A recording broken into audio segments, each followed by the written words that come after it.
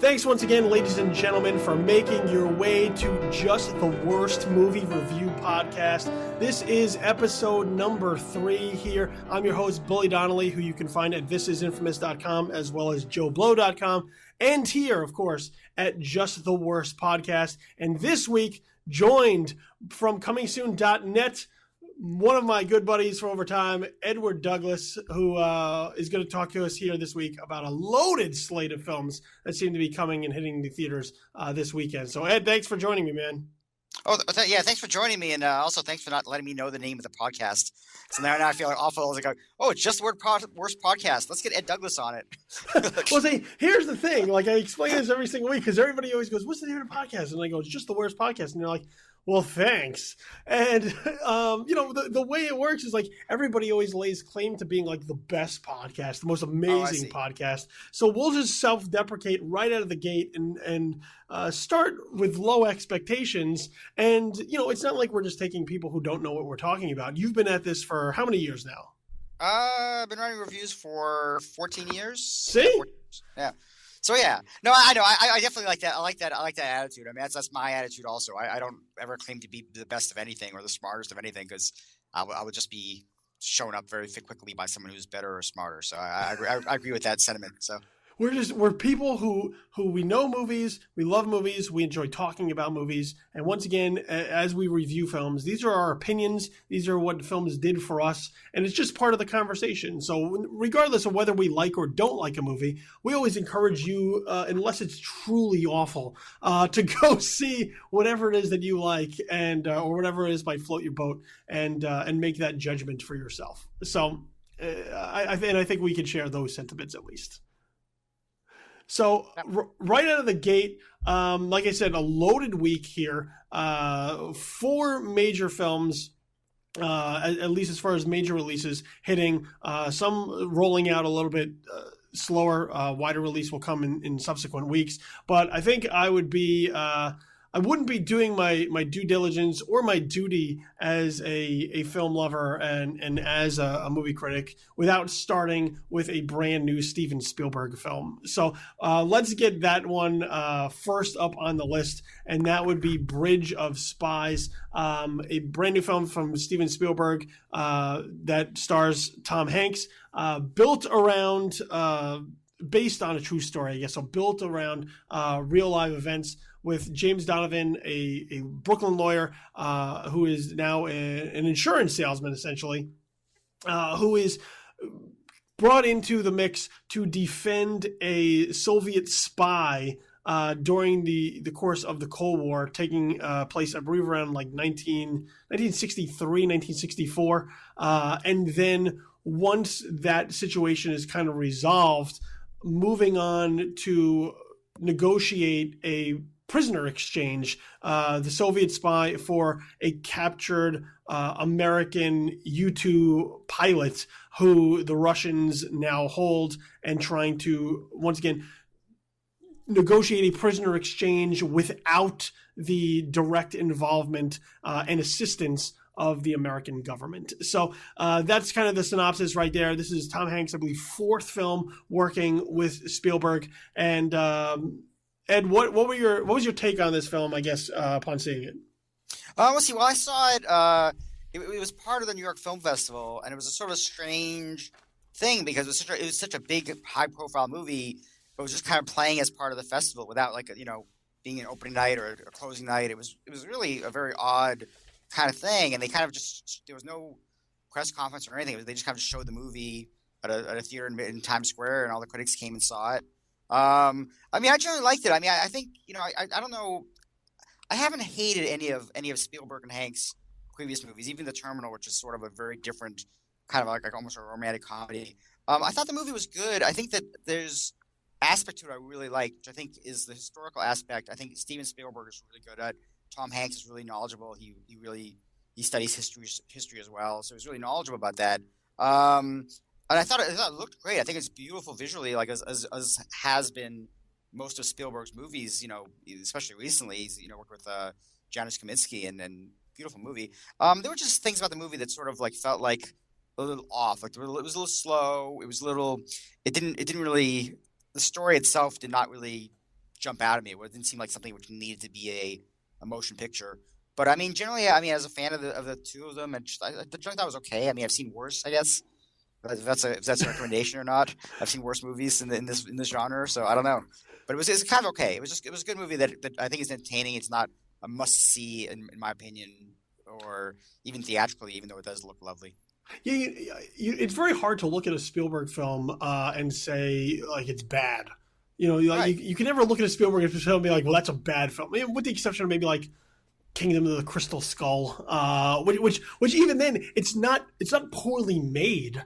It may just be a bad story told, and I think that's similar with the Bridge of Spies. You can't look at Bridge of Spies and say like this is a badly made film. No, not at all. No, he's definitely a filmmaker who like, I mean, if he has a really good script, he can make it look amazing. It just it really depends on the script. I don't think he always gets the greatest scripts. No, a lot of times he's able to do so much with so little, and works with certain themes, and once again visually is able to bring these out, and you kind of get lost in this Spielberg magic.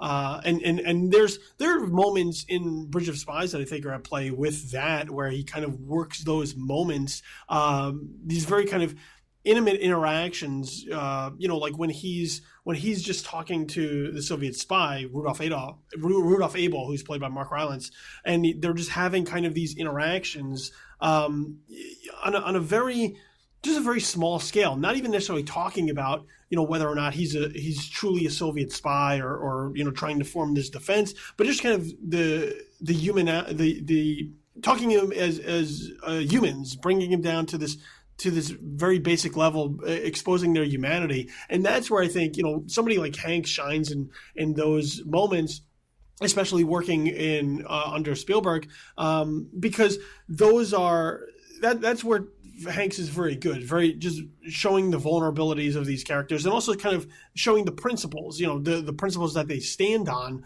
And I think that's where you can kind of embrace some of this. I think Bridge of Spies is kind of timely in when it's been released, because of what's kind of going on in the real world, and how people, especially in the United States, are judging certain people, whether they're Mexican or they're Muslim or whatnot, and it kind of feeds into kind of this Cold War paranoia, I think, of some of that. But there are, once again, I think there are weak links to the film. I think there are parts that do, as you mentioned, do move very slow. I think there's kind of this entire side story to try to establish the U-2 spy plane, and making that a relevant and necessary mission for them. And it kind of just feels wedged in. It doesn't feel like it does a lot. It doesn't feel like it. Well, well, to be fair, I mean that is the story. I mean, well, yes. Spy plane going down and them trading. That's the real story. I mean, all the stuff leading up to that is not. I mean, all the stuff leading up to that is just kind of extra. I mean, but that is the exchange of that's why the story of this guy is kind of important, because he kind of did that kind of that really huge thing in the Cold War, and got two people out of the East, Eastern Bloc, and in exchange for a Russian or a Soviet spy, I should say. Well, no, and believe me, I totally agree with that point. I just feel like it wasn't fully committed to, in order to make it as relevant as establishing kind of the importance of the Soviet spy on the American end, as well as establishing kind of these principles that James Donovan stands on. Because it's the whole film, we kind of get like, well, every life matters, and we have to do this, and we have to defend the American ideals and all of that. And there's just this kind of offshoot that leads into like a lot of what the Americans are doing as far as surveillance on the Soviet Union, and kind of even him going up into the air, this mission, it's really kind of thrown in, and then it almost seems like it's pulled back and it's forgotten, and then we're supposed to remember like, oh, but it's really important that he's going on these negotiations. And I think the negotiations are solid too, when you have Hanks doing, going into these meetings once again with no U.S. backing. Really, he's a man without a country in that way. He's operating for America, but with America having deniability that he's part of anything that they're doing. And even them, I thought started to feel a little repetitive at times, because it seems like they kept going back to the well a little too much, and once again, I think it kind of leads to the pace of the film feeling kind of slow, feeling a little bit drawn out, and not really giving you a lot of meat there to kind of grab onto. Yeah. Well, I mean, and the thing is, I mean, going back to the overall story and the spy plane. I mean, the problem is that we're spending a lot of time in New York with Hanks, dealing with the Russian spy, and then we kind of cut to, the Air Force pilots kind of like learning about the spy planes and kind of leading up to that, and there's this huge there's this huge set piece with a plane being shot down, which seems like that definitely seemed like it was a little odd considering the pacing was so slow. It seemed like that's like the only kind of real kind of action in the movie. But then the cutting back and forth is kind of a problem because you don't really understand until a little bit later, why why we're being shown these pilots. So that is a little bit erratic. And I think the biggest problem with the movie is probably the screenplay was just not up to standards. I mean, I think Mark Rylance is great in the movie. I think he was probably the best part. Hanks is just kind of Hanks is great always, but he's not. He just does what he does. He's not like anything when you watch the movie and go like, oh wow, that was. Like I thought Captain Phillips was just one of those movies you watch and that's amazing. But even so, I mean, Hanks has a level. He's just a good overall actor, and he's not like. I mean, he doesn't. The thing is when Hanks makes a movie, he expects it to be good because he's a good actor. When you see someone else do a performance which is really absolutely out of the park, like I don't think Hanks was like that in this movie. He was just good, and generally that's the thing. I think the screenplay, probably could have been better. I think it could have been, like I don't know. I think they were really trying to stick to the historical facts, and maybe that kind of made it less of a kind of interesting movie in some ways. But I don't know. I think it was just a well-made movie. Just was okay. I don't know if I just highly recommend it or not. Yeah, I think it's one of those films that, like, if you see it because it's a Spielberg film and that's it. And and the thing you mentioned that I find interesting with Hanks is that Hanks is this very interesting, just kind of this steady hand. Like, what you're going to get out of Hanks typically when you see a film, and he doesn't really at this point, I think, and maybe it's because we just become so used to it, that I don't know that he dazzles. Like in the very beginning when he was first taking on these more dramatic parts, he seemed to dazzle because people didn't expect that so much from him, and you were like, wow, I can't believe, like, this is really good. Now we've become to expect it, so when we see it, we're just like, well, it's Tom Hanks doing what he does, which isn't a knock. Like it's a solid part of the film. Yeah, but it's a shame because it feels like you almost have to do like a Philadelphia type movie again to really, and it really has to be about really transforming, which he doesn't do anymore. He doesn't really do these transformative roles anymore. He just does a role where he plays a role where he puts on a suit and it's just Tom Hanks in a suit, in a old timey suit, and it's sort of that's the thing. And it's like he's not bad. He's still better than probably 80-90% of the actors out there, but just not it's just not amazing. It's not exceptional.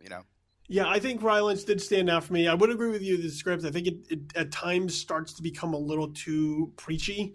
As far as the American ideals and kind of trying to beat you over the head with them a little bit, which isn't necessarily a bad thing to be reminded that at some point. I just think when you are trying to work that into a film of this nature, it can become a weak link very quickly when that's what you are kind of over reliant on. So I think for me as well, I mean, I would recommend it if you need to see another Spielberg. Like if you're like, oh, it's Spielberg, I have to see him because I see them all, then by all means. I think it's once again a well-made film, but far from what I would consider even the top echelon of Spielberg films. Yeah, I mean it's less Spielberg, and I don't like. I mean, I personally don't like comparing his current stuff to Jaws or E.T. or any of those classics. But I mean, like in the maybe if we compare it to like the movies from his last 10 years or so, 10, 12 years. It's still on the lesser side than like Lincoln. It's probably on par with the War Horse, maybe a little bit better than War Horse, but not much. I would probably agree with you on that one. All right, so that's Steven Spielberg's latest Bridge of Spy. Let's shift over to the other film based on real life events, and that would be Steve Jobs. That's Danny Boyle's film based on the Walter Isaacson biography, Steve Jobs, with script by Aaron Sorkin, starring Michael Fassbender as Steve Jobs. And this film is kind of built really around three major keynotes throughout the life and career of Steve Jobs, which obviously is kind of what everything is attached to when it comes to Steve Jobs. The Apple products and the keynotes that kind of stem from those product launches. And here you move from 1984 to 1988 to 1998 with the launch of the Macintosh, followed by the next Black Cube, as well as the unveiling of the iMac.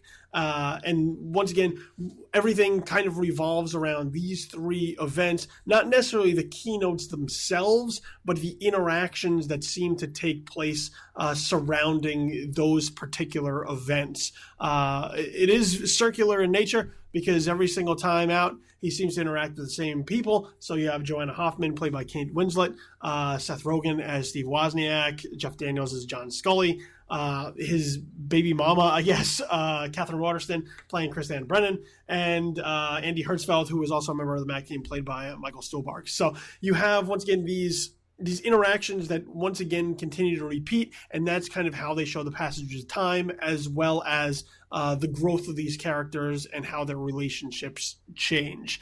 What did Steve Jobs do for you? Oh, I thought you were going to go for Goosebumps because that's also based on the real life of R.L. Stein, of course. But Steve Jobs is close enough. Okay, I think they're both about the same amount of accuracy in the two in the real life. But no, I actually love Steve Jobs. It's actually currently my number one movie of the year. I mean, I just absolutely love this movie. And you talk about, when you just compare it to Bridge of Spies, you're talking about an exceptional script. Like, I mean, probably one of the best screenplays of the year by far. And that's what you're working with, rather than, and so it's not as flashy. It doesn't look as nice. It's not as like, you don't watch it and go like, oh, that's a gorgeous shot. But you see these actors, who are all great, kind of like conveying Aaron Sorkin's screenplay and creating this person who is sort of like it's not a Steve Jobs who maybe we're familiar with. It may not even be the real Steve Jobs. I mean, I think we know enough about Steve Jobs. Or I know at least from reading about him, that there is accuracy to what's going on there. It's just kind of a fictionalized version of what might have been taking place during the launches of these products. I have a very close connection to Macintosh, not because I have an iPhone, because I don't have an iPhone, but because I've been using Apple products since like 1987. So you're right towards the beginning. Yeah, you're yeah. No, I've been using Mac. I mean, my first computer. I mean, the first computer I used was actually an IBM. My parents had one, but I mean, the first one I had for myself was a Mac Classic, I think. I mean, I was working in studios and doing music, and I was always working on Macs. I've literally always had Apple products, except for the iPhone, the iPad, which I absolutely refuse to get. So I've kind of veered away from it, and a lot of that's to do. But it's funny because I used to work, do computer technology stuff, like music stuff. And I remember in, say, like 1996, working in a music store, and people were coming in saying, because I was selling Apple computers and systems and stuff like that, and people were going like, "Oh, Apple's going out of business soon," because everyone knew there was just such a disaster there. And that was before Steve Jobs came back and introduced the iMac, and it literally was part of what saved that company. But I mean, there was a while there where it was just really obvious that Apple was not doing well, and their computers were really too expensive. And people were just buying, PCs because you can get them much cheaper, at half the cost. Yeah, you can get them cheaper, and the functionality. Yeah. Like they were doing what it is that you needed them to do at that point in time. Whereas the Apple computers were kind of built, the closed-ended system once again they're just for people who are using that. And at that point, which is really kind of the start of home computers and personal computers, Apple just wasn't built to really enter into that foray.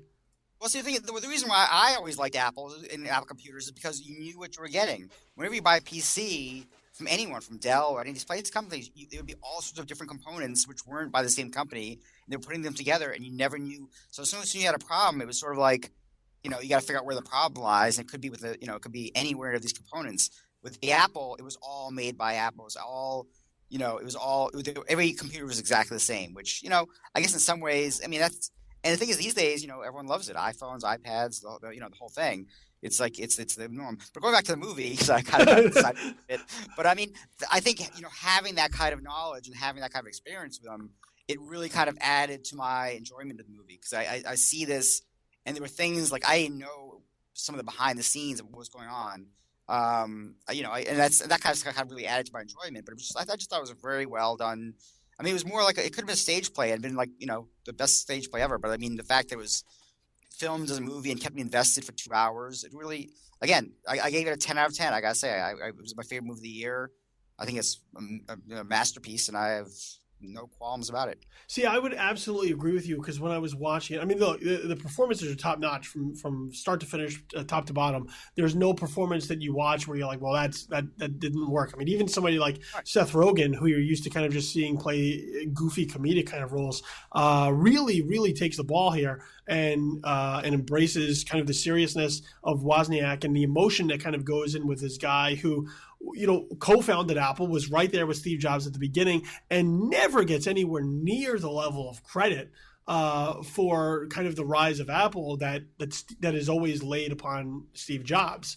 And I thought Rogan was one of the real strong points of it at a film that's filled with strong points. But I do agree that watching it, I was like, this would make a magnificent stage play. Like watching this on a Broadway stage, or just even getting into kind of just character studies, watching even just up and coming actors try to wrap their head around who these characters are and kind of how they grow throughout time. I think that's where the Sorkin script kind of nails it. And look, Sorkin has his own voice. You kind of are used to what you're going to get out of a film with him, or a script period. Sometimes for better, sometimes for worse. The dialogue moves at this blistering pace. Sometimes it's hard to you're doing your best to keep up with it as best you can because that's how these characters are made to talk. Even though it seems like they're talking at 3 times the pace of normal people.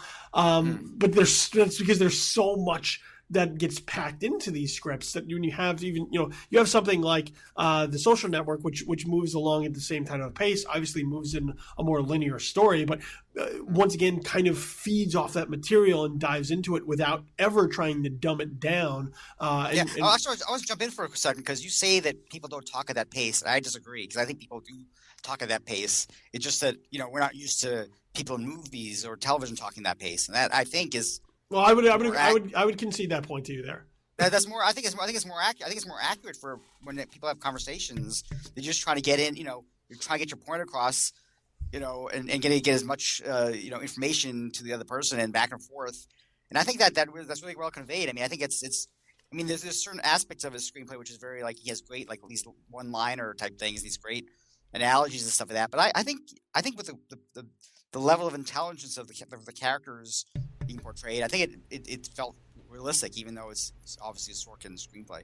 Yeah, some of the interesting parts I think are that it doesn't portray him as this heroic kind of magnificent figure that I think a lot of people hold Steve Jobs on a pedestal as sometimes. We talk about kind of the growth of Apple and and kind of the cult of Mac, where everything Steve Jobs did was amazing. Everything Apple makes is incredible, and I need to have this, and this does what it does. And really, you kind of see like he's an asshole. A lot of the times, he's not a people person, no people skills, very condescending. You almost feel like, even dealing with the consumers, in his interactions, he talks about almost like the consumer is dumb. Like these people don't even know what they want. They think they know what they want, and I'm going to give them what I think is best for them, and they're going to like it once they show it to them because I'm going to tell them that they like it,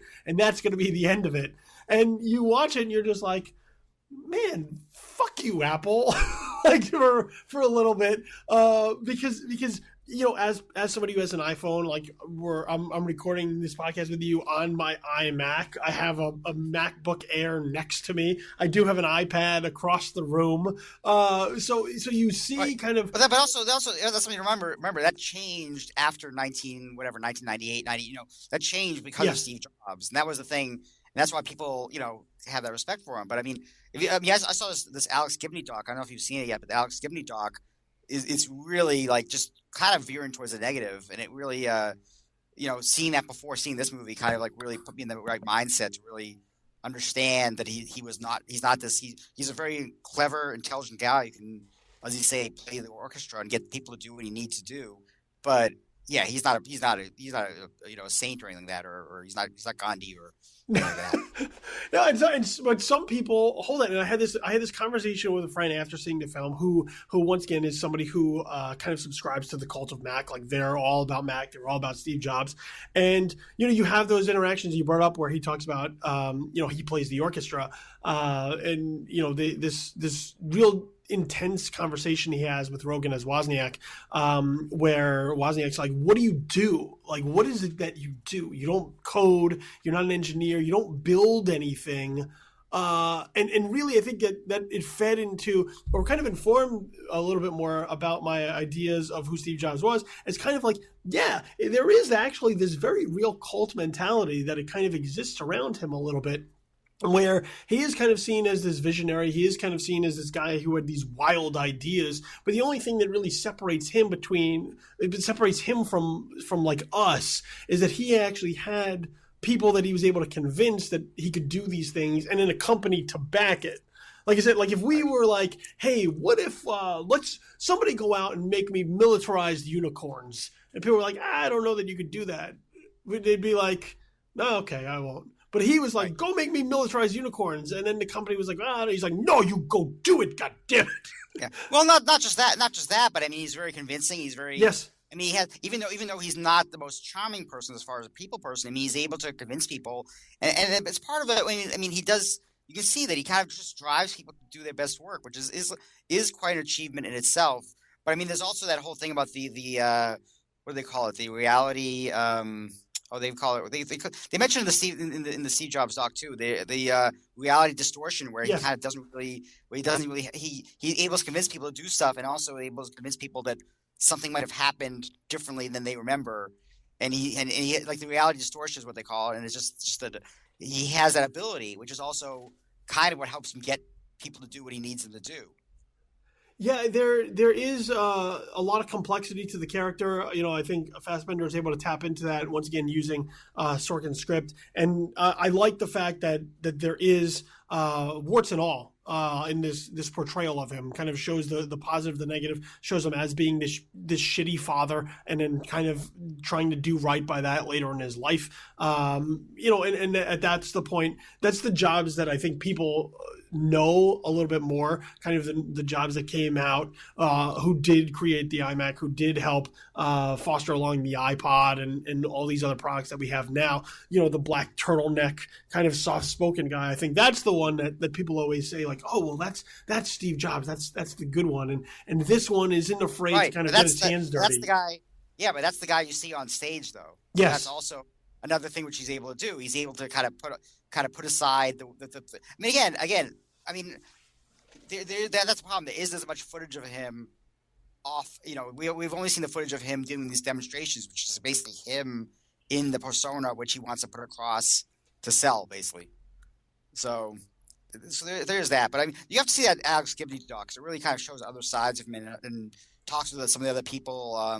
Maybe not so many of the people in the actual Danny Boyle movie, but I mean, it does gives you a better perspective when you see Steve Jobs the drama, I guess, where if you see the doc as well.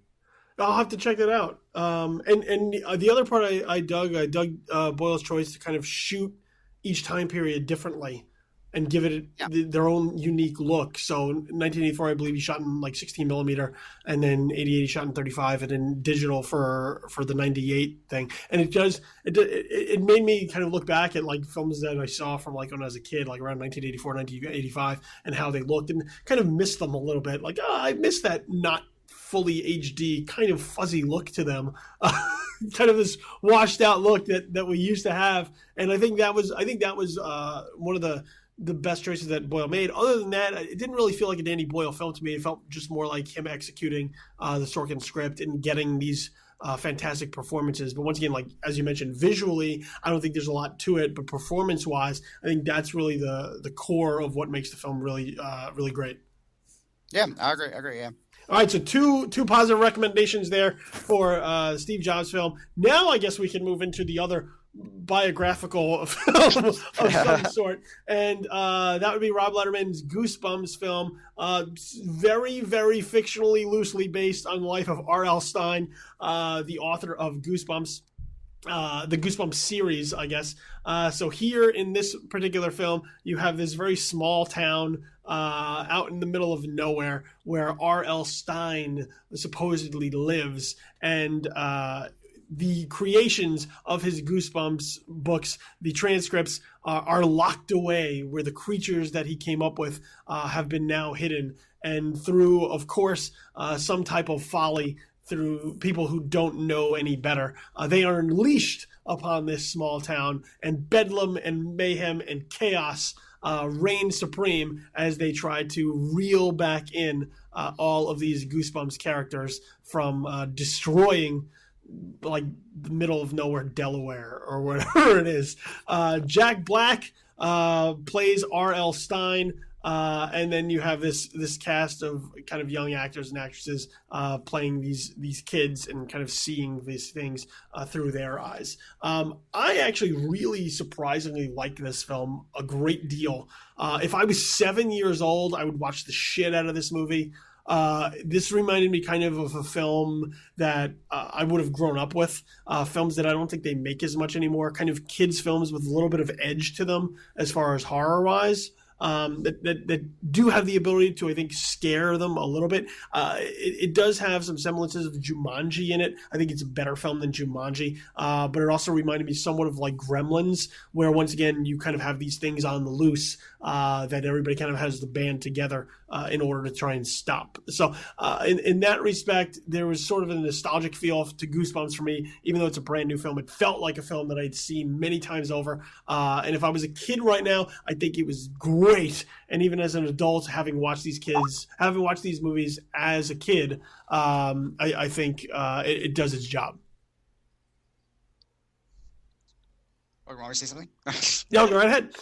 Okay, yeah. No, yeah, okay, well, we're going back to what's funny because like how Steve Jobs shows a different side of Steve Jobs we're familiar. I mean, R.L. Stine, as played by Jack Black, is like completely just a separate character, a different character. It's sort of like a cartoonish version of the author, just basically made as to be the central character in the story. But I generally liked it, I mean, for the same reasons you did. I mean, I think it very deliberately was trying to be like one of those old Steven Spielberg, Amblin movies that he did, like, Goonies and all that stuff, where it's sort of young people as the leads, and having them experience things that extraordinary things, but also those that are familiar with us. Because I mean, all of R.L. Stine's monster creations all have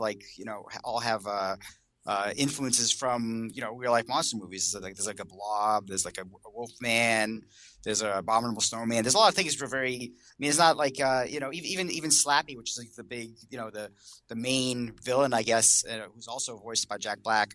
Slappy's a ventriloquist dummy who, of course, harks back to a movie like Magic, where that was pretty scary. So he takes R.L. Stine, the author, takes influences from other things like horror movies and books and other things, and then he kind of the director Rob Letterman figured out a way to get these monsters and R.L. Stine and create a story, which is just like a kind of fun adventure with like horror elements that like I think it's like it's a cliche, but I feel like it would appeal to kids of all ages. I feel like if you're 8 and 9, you'd be fascinated by the creatures. If you're older, I think you'll be nostalgic for when they used to make movies like this all the time. And I think it's a very funny movie too, which is something which to be able to combine combine horror and comedy is tough already. And a lot of people can there have been a few good movies that do that, but to do that and then also make it for all ages is a very impressive feat. And I generally like the movie. I've only seen it once. It's one of those movies that if I had an opportunity to see it a second time, I would without question. It was just very enjoyable. It wasn't I don't think it's gonna change the world, but I think as a fun, entertaining movie and a reason to go to theaters, that's a pretty good reason right there. Yeah, I don't know that it's not one of those world-changing movies, but I do think it is one of those films that, like, as a kid, if you saw it now, these are the type of movies like that 20, 25 years later, you may be talking about. Like, oh, remember back when we saw that movie? Kind of like, people of our generation have like films like Goonies and Explorers and Cloak and Dagger and E.T. and like movies that they don't make a lot anymore, at least that style. A lot of times I find, especially with, what they now just consider like family fare, it's very sanitized, very softened. Even elements of danger are kind of reduced, to make everyone feel safe when they're watching it and when they come out of it. Here, I didn't find that they did that. I felt like they tried to push peril upon these characters often in order to add that sense of adventure and once again that sense of danger that we don't get anymore. Like in recent years, they made like Earth to Echo, which tried it, and I don't think really was able to kind of get a handle on it. But even when you look back towards, them talking about doing something like the Goonies, and everybody's like, oh, well, what if they remade the Goonies? You probably couldn't do that right now. Like, kids aren't going out and adventuring. They're not riding bikes. They're not doing these type of adventures anymore because everybody wants to protect the kids. Here in Goosebumps, they figure out a way to do it because you have kind of kids of an older age, kind of, kids who are in high school. And as a result, there is a little bit more freedom for them to kind of go out and explore a little bit. And I think that exploration is what, obviously leads to the folly. It leads to kind of the escape of all these creatures. And it leads to this sense of adventure that I think is just vacant right now in Hollywood. And they just don't explore kind of these characters, these adventures, and these types of stories as much as they did. The 80s, like my childhood, is kind of built on these films. I'm going to jump in there for a second. I'm going to try to get, because I like to have conversations. And the I jump in because I think they are trying to do these kind of movies. They're just doing them really badly. I mean, all these young adult movies are basically trying to do what this is doing. They're just too they don't make them fun. That's the problem. They don't make Hunger Games isn't fun. Maze Runner isn't fun. Whatever that other one is, Divergent isn't fun, but it is a similar kind of concept. They're trying to take a similar kind of concept. Even Ender's Game, same thing. They're trying to make these young people things, but they're not. There's no fun. There's no fun to them. It's no entertainment. It's just a dystopian thing where these young kids, they fall in love and blah blah. And it's just somebody has realistic. To be the one. Yeah. Yeah, it's not realistic at all. I mean, this is way more realistic. I mean, there is this kind of love interest between Dylan and Minette's character and the actress whose name I cannot remember. Odeya Rush. Odeya Rush, yeah. Yep. I mean, this is kind of interest in her, as there would be if you move in. There's this pretty girl next door. Of course, you're gonna be interested in her. But that's the thing. It's handled in a more realistic way rather than trying to be some big like dystopian. We got to fall in love and save the world. Blah blah blah. Kind of thing. It's just more. I don't know. It's just something that I think they realize that. I think it's one of those things that like. And honestly, I don't want to bring up another movie at this point and go off topic, but I mean, Tomorrowland, I feel like sort of like tried the same kind of thing, and it just didn't it didn't succeed on the same level as Goosebumps, but it tried to do that same kind of thing with having young people and an adventure and fun and entertaining. It just just didn't have that fun entertaining part of it. Yeah, and Jack Black for me is always a wild card. I'm not. I feel like, especially kind of after School of Rock, it just became kind of this Jack Black shtick, where he just kind of played kind of this persona of who people thought Jack Black was. And oftentimes it kind of becomes just overly obnoxious to the point where you couldn't take it. But I thought he was able to tone it back enough to kind of make R.L. Stine an actual character and not just kind of another Jack Black caricature. And I think that kind of also helped kind of steer the film because it allowed him to not be the center of attention, but allow the kids to kind of come into form as well. Yeah. Well, fortunately for Jack Black, Adam Devine came along, and Adam Devine basically stole, became that guy who basically just like, tries to be Jack Black in every movie he's in. But no, but I agree though. I think Jack Black kind of like, he hasn't been doing very much lately, but I feel like he's maybe a little more self-aware of what people expect from him and is wanting to take it back a little bit so it's not as crazy as it. I mean, Bernie was a good example of that, the one he did with Richard Linklater, did School of Rock as well. I mean, I think he's kind of becoming a little more aware of that, of trying to, create other characters and not, although it's still Jack Black, he still does his Jack Black stuff in it still. So if you like Jack Black, you're not going to be like, oh, what happened to Jack Black? You'll say that's Jack Black. Yeah, he still gets his little moments in there. Yeah. If I had one gripe, I think with the film, it was I thought the effects were a little too effecty. You know, not and this isn't to say like everything needs to be practical effects, but I think in certain respects it might have just lent the film to have kind of a more of a feel that it exists in a real place. You know, even when you kind of have like a CGI Wolfman, I think it becomes a little bit distracting. I'm not saying that you need to have everything be practical, but there are certain things there that I think might have benefited from it. And just those moments that it took me out of the film just momentarily. Like it's fun enough, it's a good enough ride that I was able to get back on without much trouble. But there were kind of those glaring moments here and there where I was like, ugh, it looks a little bit too visual effecty, and I wish it was a little bit more textured to kind of feel like it actually lived in this film. Yeah, no, I didn't mind the effects. I thought the effects were fairly well done. I mean, I don't think this movie is the biggest budget movie out there, but I thought it was generally well done. All right, so two positive recommendations for Goosebumps. Yeah. So for people who are looking at it and being like, Goosebumps, I don't know.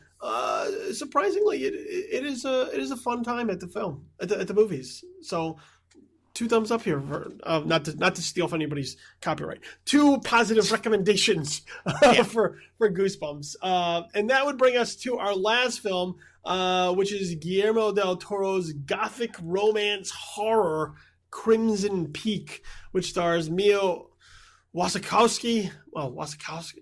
No, Wasikowska. Yeah, that's good. No, I think that's right. All right, close enough. Jessica Chastain and Tom Hiddleston, as well as Charlie Hunnam. And this one's a little tough to kind of get into too deeply because there's a lot of people who I think have certain expectations as far as what Crimson Peak is. I think Crimson Peak is kind of this amalgamation of a lot of different things. It is a gothic film. It is a ghost story. There are some horror elements to it. There is some romance to it. It's not really one particular thing.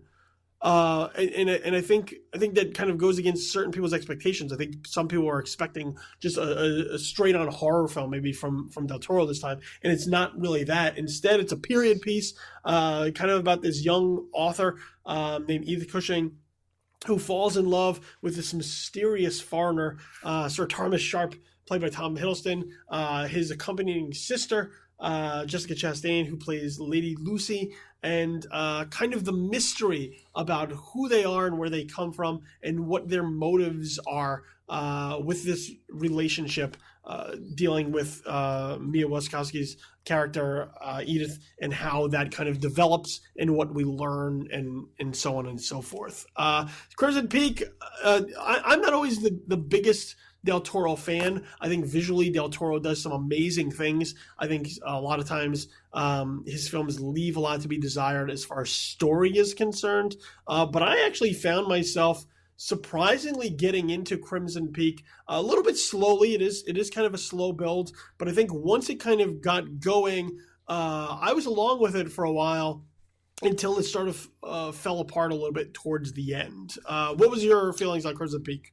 Well, I'm actually a huge Del Toro fan. I mean, I feel like he's one of those filmmakers I feel like can do no wrong. I mean, I'm a fan of the Hellboy movies. I'm a fan of Blade 2. I'm a fan of Pan's Labyrinth. I'm pretty much a fan of everything he's done. Devil's Backbone. I love Devil's Backbone. That's a great movie. And I kind of was expecting. Yeah, it's funny. I kind of knew something was up because in the last week or so, Del Toro's been tweeting saying it's not a horror movie. It's not a horror movie. It's a gothic romance. Blah blah blah. He's kind of been going against the very. I mean, Universal's done a great job marketing the movie, and then you have Del Toro kind of like backtracking and trying to get out of, people going in expecting a horror movie. And I think he might have been. It might be a good movie. It might backfire, but I think the problem is that it's the horror elements in the movie don't really work as well. It's a nice, it's a beautiful, period romance and all this other stuff, but the horror elements don't really work and they don't really make any sense. Mia Wasikowska's character, I messed up, but her character sort of as a writer who writes ghost stories and she sees ghosts and we don't really know if there's any kind of there's a supernatural element to the movie which makes it a horror movie, but then there's just things like just I don't know how you feel about spoilers on the show, but I mean, No, one of we the can things roll is, it. We can roll it because I think it's a really delicate film to talk about. Like I think it's very difficult to talk about this film without getting into a lot of what happens and how some of it is built without kind of getting into the spoilers because once again there is this strange mix of all these elements of what makes the film that to try and like skirt around it like would really just be talking generically about the film. So like we could absolutely get into spoilers on this one. okay. Well, I want to talk about this because one of the things is that the movie's really being promoted on the fact this girl goes to Allerdale Hall in England with this new man in her life, and you know he and his sister are kind of a little off, especially his sister, who's played by Jessica Chastain. And that's a lot of the marketing is on that going to Allerdale Hall and the weirdness of that house and the kind of how. And the thing is, the trailers and commercials are really effective. And one of the reasons they're effective is it shows Allerdale Hall as having walls that bleed and floorboards, the blood coming to floorboards, and all there's all this red stuff. And you see the movie and you realize, wait a second, that's not blood. That's I'm gonna Clay. swear that's fucking red clay underneath the house that he mines. So that whole thing is a pardon my pun. It's a red herring. You see these trailers about Crimson Tide, Crimson Peak, blood, and it's just this red clay, this viscous red clay, and that kind of like really kind of annoyed me. It kind of like really kind of because I really felt like I was, I mean, knowing that they have to market a movie in a certain way to get people to see it, but when you see the movie and it's like you realize it's complete bullshit, and then it's like, and then the whole thing with the ghosts. I mean, I don't know. I was kind of disappointed because even though I liked the tone of it. I mean, I liked some of the. I mean, there's some really crazy, violent scenes like there was in Pan's Labyrinth, but there's things like that which are kind of like thing. But it was just there's things like that where it was just sort of like, why can't they should have just been upfront with us, not not tried to make it into something it's not, because that kind of annoys people, and I think that's going to hurt the movie in the long run. Because I think a lot of people who see it this weekend are going to be like, "What? That's not the movie I came to see. That's not the movie they sold to me." And that's one way to really piss people off. See, and I think that's partially why he's trying to walk it back. Is Yeah. that Universal is doing what they need to do in order to sell the film, in order to get asses in the seats, so to speak. And what he's trying to do is try to, I guess, manage expectations with people who may be going in looking for one film, and he's going to try and tell them like it's not that kind of movie because those are the people that then walk away disappointed, and right away the first words out of the mouth is like, "Well, Crimson Peak sucks," because it wasn't the film that they expected. Not only that, but I mean, I think it's going to be one of those like terrible C- cinema scores, because I think it's Exactly. going to be one of those movies that people are going to be really pissed off about this, and that's it happens with horror movies constantly where they market them a certain way and then they just don't live up to what they think. I mean, I think a movie like The Visit recently was one of the few movies I thought really lived up to what it was selling in some ways, but there's so many horror movies that don't. Yeah, it's a lot of smoke and mirrors to try and sell it, and and I think in that way, like that may have been my benefit of not really being too much of a Del Toro fan. Like I like his early stuff. Like I like Devil's Backbone. I like Pan's Labyrinth. It's the Hellboys I think are okay. I wasn't a fan of Pacific Rim. So like I haven't always been one where like, like I worship at everything that kind of Del Toro does, and there is a crowd that absolutely does that. Everything that Del Toro does, like they absolutely love.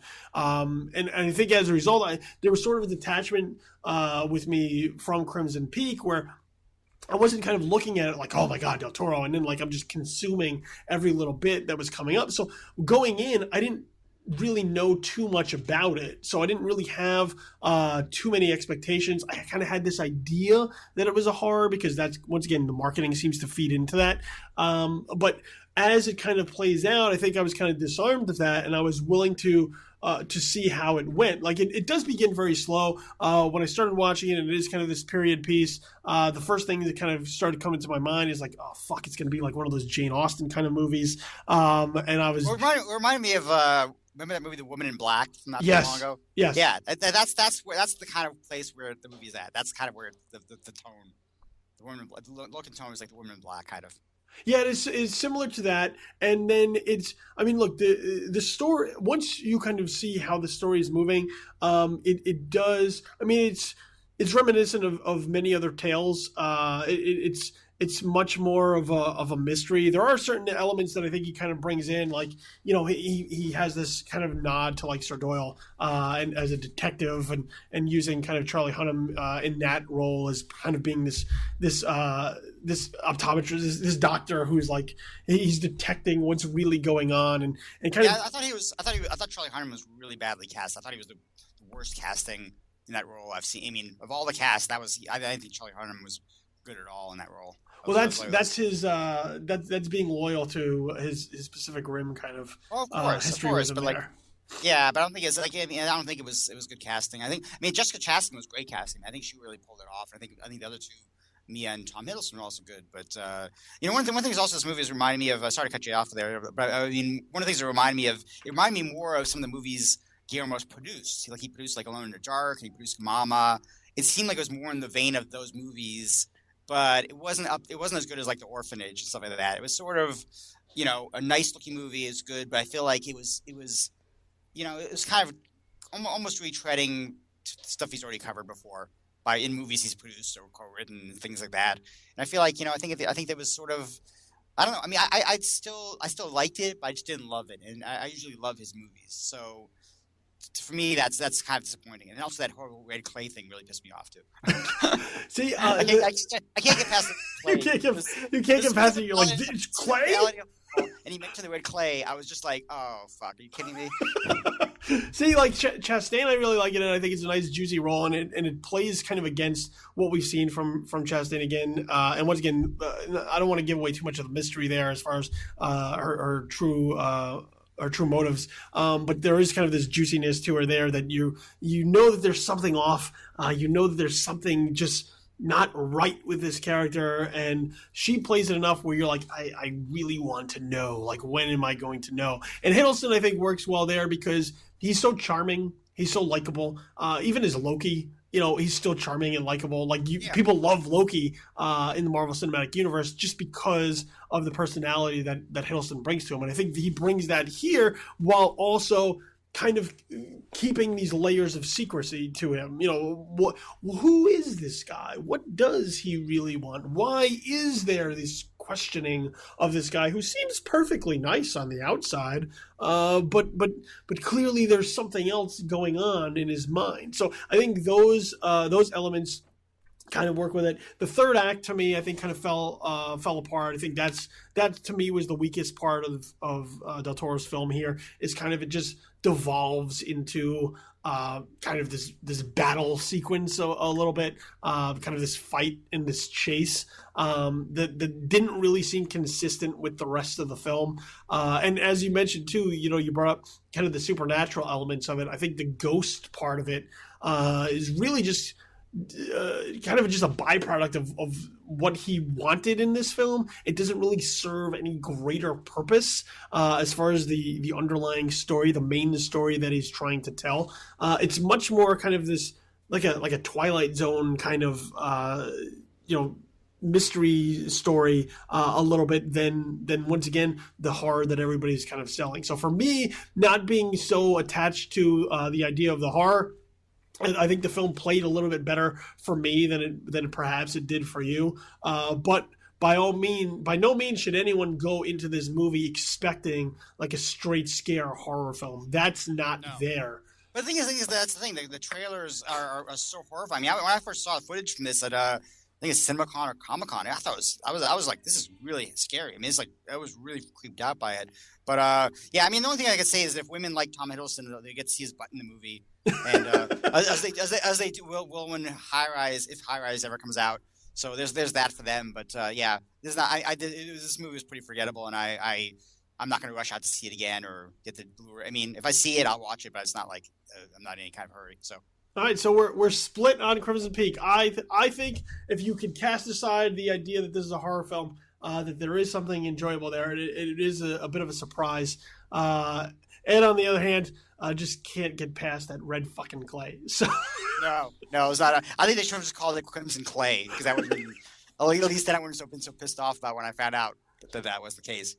So yeah, once again, a loaded slate of films out at the theater to go check it out. Bridge of Spies for both of us, just okay. It's a Spielberg film, so you kind of know what you get, but on the lower end of the Spielberg spectrum. Steve Jobs, both of us highly recommend, as well as Goosebumps. Both of us surprisingly found to be a fun time, so check that one out perhaps. And Crimson Peak, a little bit split. I am a little bit more favorable to Del Toro, which is surprising because I'm usually not favorable to Del Toro, whereas the Del Toro fan, not a fan of Crimson Peak. So that might speak volumes overall for what you might think of that particular film. Edward Douglas, you could find him at comingsoon.net as well as where on Twitter? eDouglasWW. So make sure you check him out there. Follow him. Always good stuff coming from him. And I know as soon as he gets off the air here with me, he's going to go and write another incredible feature for you to be able to check him out. You can check us out at JTW Podcast on Twitter as well as on Facebook, facebook.com/justtheworstpodcast. You can hear this show on SoundCloud, and you can follow me right now on Twitter at InfamousKid as well as on Facebook at facebook.com/BillyTheKid. And I want to thank you for coming aboard for Just the Worst Podcast, episode number 3, man. Hopefully it was not just the worst experience for you. No, it was great. And I actually just followed you on Twitter, so I'm your second follower. Yeah! We're slowly building the army. So for Ed, I'm your host, Billy Donnelly. Thanks for joining us. Go check something out good at the theater. There are plenty of this week. And we'll be back next week with another esteemed critic to talk about the latest new releases out at the movies. So thanks for joining us. We're out. Peace.